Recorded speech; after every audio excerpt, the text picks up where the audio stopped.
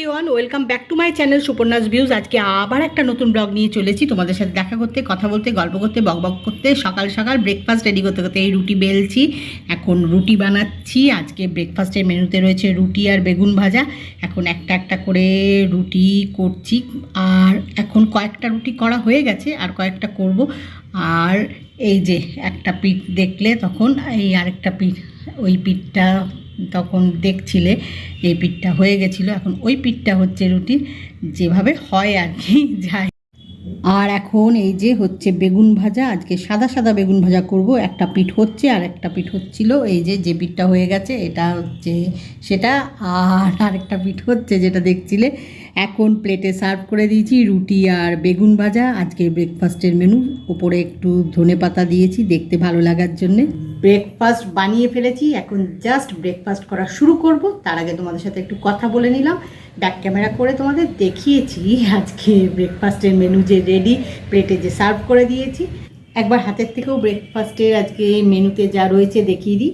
আজকে ব্রেকফাস্টের মেনুতে রয়েছে বেগুন ভাজা আর রুটি, সেটা তো তোমরা দেখে নিয়েছো, জেনে গেছো, তাও একবার আমার হাতের থেকে দেখাই। এই দেখো, এই যে রুটি আর বেগুন ভাজা, খুব গরম, হাতে ধরে রাখা যাচ্ছে না। আর একটু ডেকোরেশনের জন্যে, মানে দেখতে যাই খাই না কেন, খাবার সময় প্লেটে একটু সাজিয়ে গুছিয়ে খাবারটা দিয়ে খেতে ভাল লাগে। তো আমি সব সময় যাই খাই এরকমভাবে একটু ডেকোরেশন করে দিই। একটু ধনেপাতা দিয়েছি, খেতেও ভালো লাগে ধনেপাতাটা।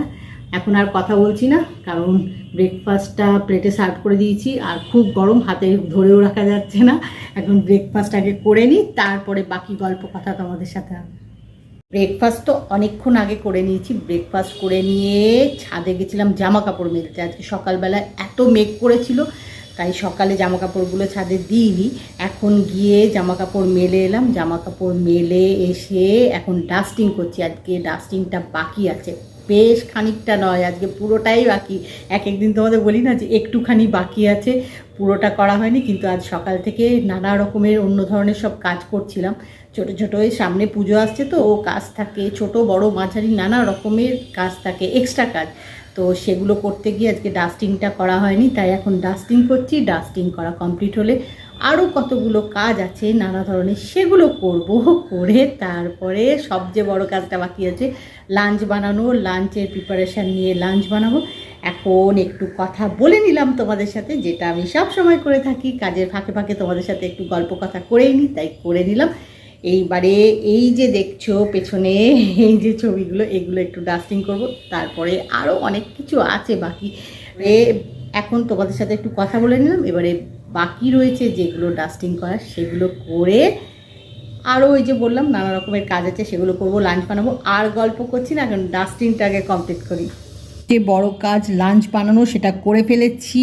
আজকের লাঞ্চের মেনুতে রয়েছে ডাল, বেগুন ভাজা, প্লেন রাইস আর ফিশ কারি। লাঞ্চ প্লেটে সার্ভ করে দিয়েছি, এখন জাস্ট লাঞ্চ করা শুরু করব। তার আগে তোমাদেরকে ব্যাক ক্যামেরা করে একটু দেখিয়ে দিলাম। এই যে এটা হচ্ছে ফিশ কারি, আর রাইস, বেগুন ভাজা, ডাল, সেটা তো দেখলে। এই যে ডাল আর বেগুন ভাজা আর প্লেন রাইস। এখন লাঞ্চটা আগে করে নিই। এখন বিকেলবেলা হয়ে গেছে, তোমাদের সাথে অনেকক্ষণ কথা হয়নি।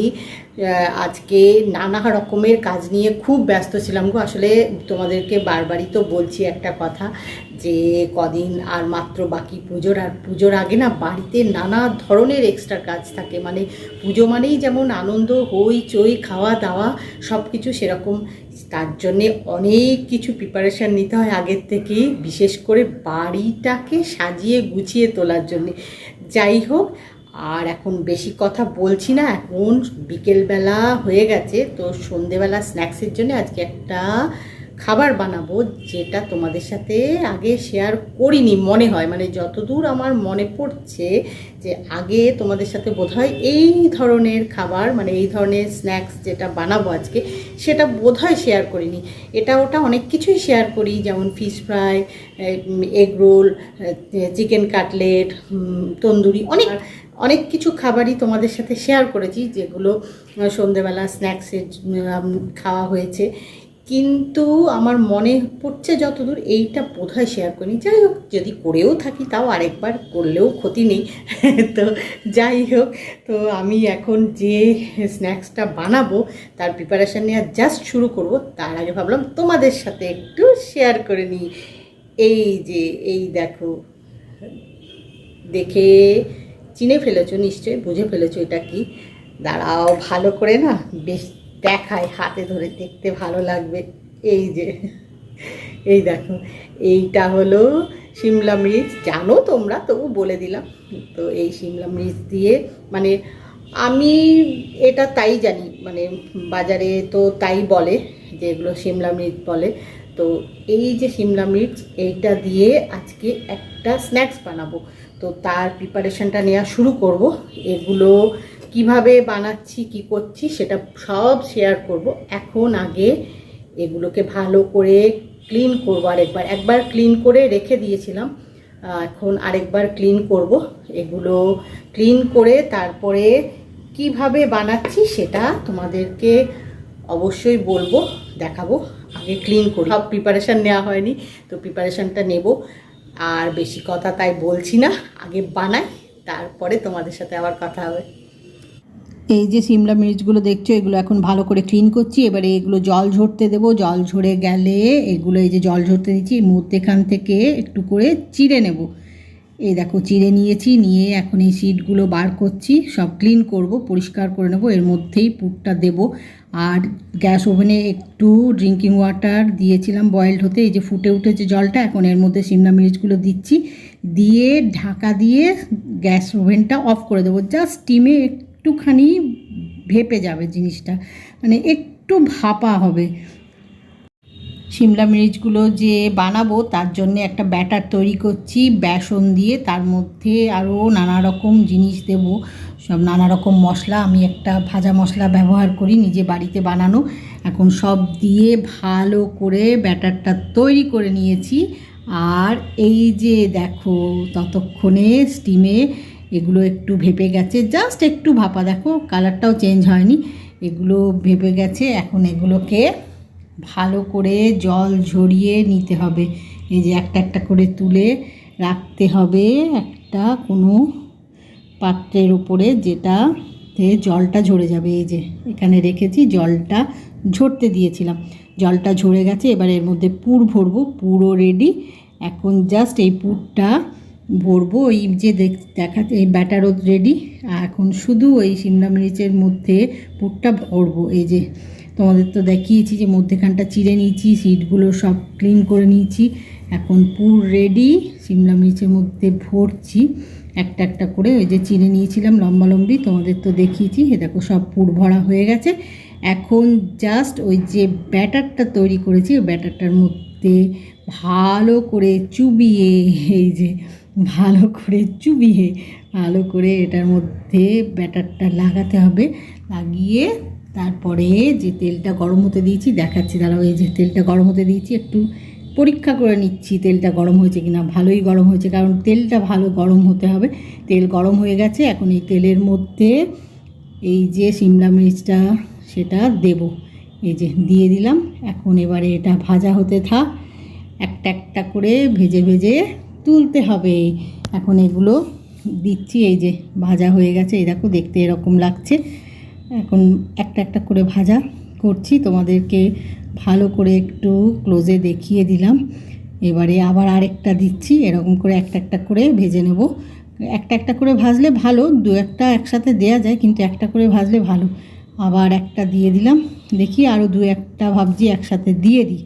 একটা একটা করে ভাজলে হবে না, অনেক সময় লেগে যাবে। এই যে একটা একটা করে এখন তুলছি, ভাজা হয়ে এসছে প্রায়। সব শিমলা মির্চগুলো ফ্রাই করে নিয়েছি। এখন এগুলো একটা কন্টেনারে রেখেছি, আর একটা প্লেটেও রেখেছি কিছু, দাঁড়াও দেখাচ্ছি সেটাও। এটা একটা কন্টেনারে তুলে রেখেছি, আর একটা প্লেটেও সাজিয়ে রেখেছি। এই যে এই দেখো, এখানেও কতগুলো শিমলা মির্চ রয়েছে। এগুলো দেখতে তো ভালোই হয়েছে, স্মেলও ভালোই বেরিয়েছে, আশা করি খেতে ভালোই হবে।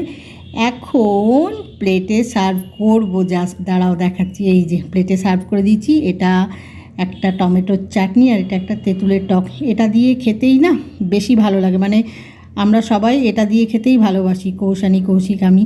আরও অনেক রকম কিছু আছে যেগুলো দিয়ে খাওয়া যায়, একটা গ্রিন চাটনি বানায়, আরও অনেক কিছু আছে, কিন্তু এটা দিয়ে খেতে বেশি ভালো। এখন সন্ধেবেলা হয়ে গেছে, বিকেলবেলা থেকে শুরু করেছিলাম আজকে সিমলা মির্চ দিয়ে একটা স্ন্যাক্স বানানো শুরু করেছিলাম। তো সেই স্ন্যাক্সটা বানানো হয়ে গেছে, তোমাদেরকে দেখিয়েওছি ব্যাক ক্যামেরা করে কেমন করে বানালাম, আর বানানোর পরেও প্লেটে যে সার্ভ করে দিচ্ছি সেটাও দেখিয়েছি, কিন্তু আমার হাত থেকে একবারও দেখায়নি। এখন আমার হাতের থেকে একবার দেখো, খুব গরম যদিও, দাঁড়াও দেখাচ্ছি।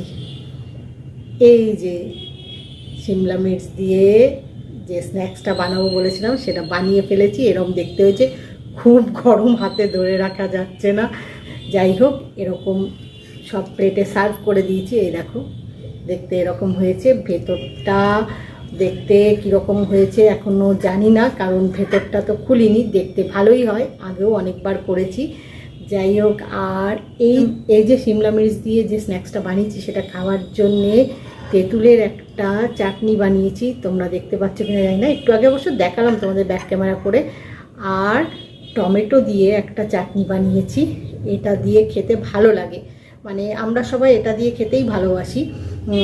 সব কিছু দিয়ে খাওয়া যায়, যার যেটা দিয়ে খেতে ভালো লাগে, মানে সস দিয়ে বা টমেটো কেচাপ, যার যেটা ভালো লাগে, কিন্তু আমাদের সবারই এটা দিয়েই খেতে ভালো লাগে, মানে কৌশানী, কৌশিকের সবারই। তো খুব গরম, তোমাদেরকে তো দেখালাম, এখন আর কথা বলবো না, এখন সবাই মিলে স্ন্যাক্সটা এনজয় করি। এইসব খাবার গরম গরম খেতেই ভালো লাগে, যদিও এখন খুব গরম, একটু অপেক্ষা করতেই হবে। আর কৌশিক, কৌশানী গেছে হাত ক্লিন করে আসতে, ওদেরকে বললাম যে হয়ে গেছে, প্লেটে সার্ভ করে দিচ্ছি। হয়ে গেছেটা খুব একটা বলতে হয়নি, কারণ যা স্মেল বেরিয়েছিল সেই স্মেলেই বোঝা যাচ্ছিল যখন ফ্রাই হচ্ছিল।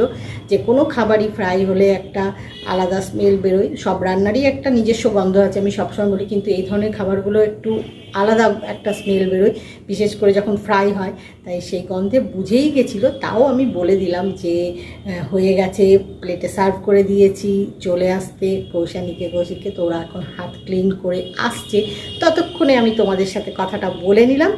আর এখন কথা বলছি না, এবারে সবাই মিলে খাবারটা এনজয় করি। তাই আজকে ব্লগটা এখানেই শেষ করছি। আজকে ব্লগ যদি তোমাদের ভালো লেগে থাকে তাহলে লাইক করো, শেয়ার করো, কমেন্ট করো, সাবস্ক্রাইব অবশ্যই করবে, সাবস্ক্রাইব করতে ভুলো না। কিন্তু খুব শিগগিরই দেখা হবে নতুন একটা ব্লগে। Bye bye.